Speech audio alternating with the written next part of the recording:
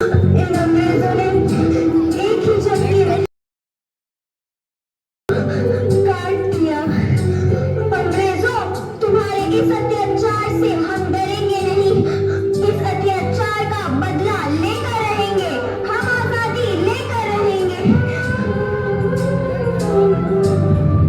जलियांवाला बाग हर हिंदुस्तानी की आंख नम कर गया। इस कांड में कितने मासूमों की आहुति चढ़ गई। इतनी हैवानियत से इंसानियत कत्ल कर दी गई। जलियांवाला बाग के हत्याकांड ने आजादी की आग में घी देने का काम किया। मासूम औरतों, बच्चों की दर्द भरी चीखें और सिसकियां इनकलाब का गूंज बनकर उभरी। लाला लाजपत राय, भगत सिंह, राजगुरु, सुखदेव सरीखे क्रांतिकारियों ने भारत की इस जमीन से विदेशी दरिंदों को निकाल फेंकने के मंसूबे मजबूत कर लिए। 8 अप्रैल 1929 लाला लाजपत राय के नेतृत्व में साइमन कमीशन के खिलाफ एक भारी जुलूस निकाला गया। Simon commission, Simon commission, Simon commission, Simon commission, Simon commission, Simon commission, Simon commission, Simon commission, Simon commission. बेवकूफ इंडियंस, तुमको हमारी बात समझ में नहीं आती। Stop this.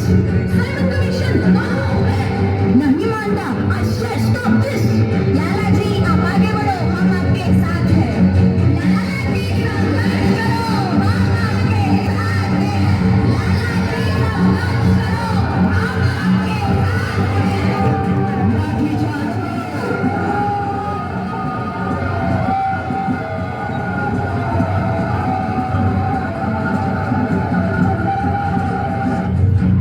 लाला जी को तो बहुत गहरी चोट लगी है। उनका सर फट गया है।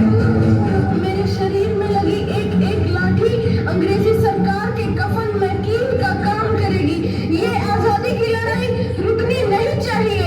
ये जिम्मेदारी मैं तुम सबको सौंप कर जा रहा हूं। लाजपत राय की दर्दनाक मौत के बाद भगत सिंह, सुखदेव, राजगुरु वतन के इन मतवालों के खून में ऐसा उबाल आया जिसका सामना करना अंग्रेजी सरकार के लिए मुश्किल हो गया। अंग्रेजों को करारा जवाब देने के लिए स्कॉट और सैंडर्स को मारने की रूपरेखा रची गई।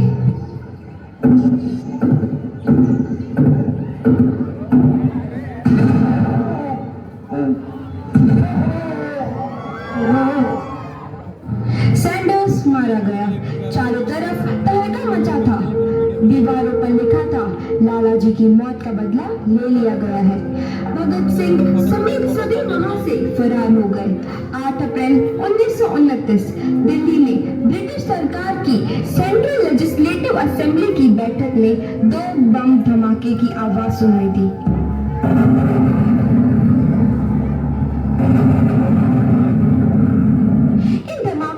अंग्रेजी हुकूमत को हिलाकर रख दिया। इस घटना को अंजाम देने वाले भगत सिंह, राजगुरु और सुखदेव ने अपने आप को अंग्रेजों के हवाले कर दिया। 1930 को अदालत ने अपना फैसला सुनाया। मुलजिम भगत सिंह, मुलजिम राजगुरु, मुलजिम सुखदेव को दफा 121 और दफा 302 के तहत ये अदालत तीनों को मुजरिम करार देती है और इस गुस्ताखी के लिए ये अदालत इन तीनों को सजाए मौत की सजा सुनाती है। सरफरोशी की तमन्ना अब हमारे दिल में है। देखना है जोर कितना बाजुए कातिल में है।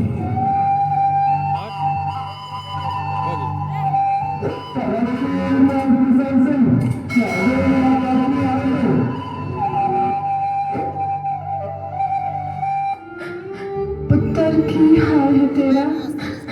मैं चंगा हूँ माँ, फिक्र करने की कोई गल नहीं। पुत्र, मेरा दिल तेरी तरह पत्थर दिल नहीं होगा। तेरी ये गला सुन के मेरा कलेजा फटे जा रहा है। माँ, मेरा दिल कोई पत्थर जैसा नहीं है। एक वतन परस्त का दिल है जो मेरे देश प्रेम के जज्बे को ताकत देता है। बेटा, मेरा लाल। माँ, आज मेरी तपस्या पूरी होने जा रही है। जे तू रोई तो मैंने तकलीफ हुई।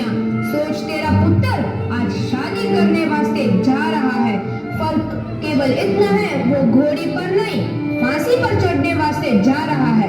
आज तू क्रांतिकारी की माँ है, कल तू एक शहीद की माँ होगी माँ।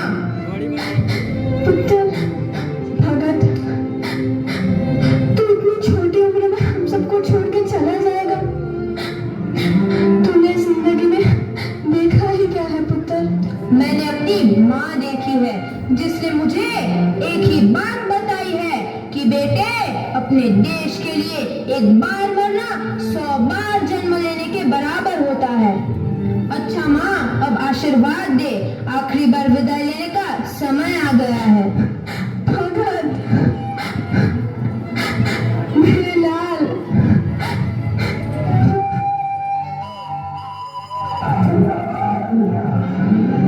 भगत सिंह, तुम्हारी कोई आखिरी ख्वाहिश? हमारे हाथ खोल दिए जाए।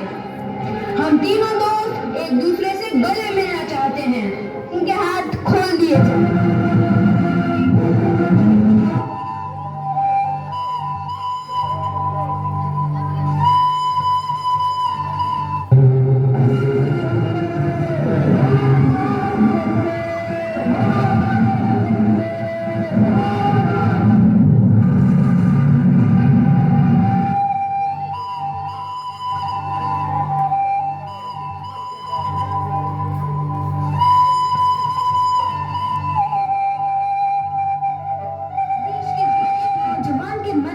आजादी की नई उमंग हिलोरे लेने लगी।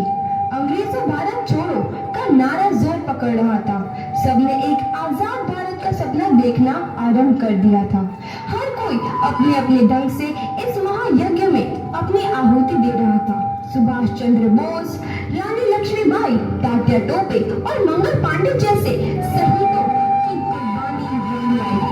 15 अगस्त 1947 को भारत आजाद हुआ।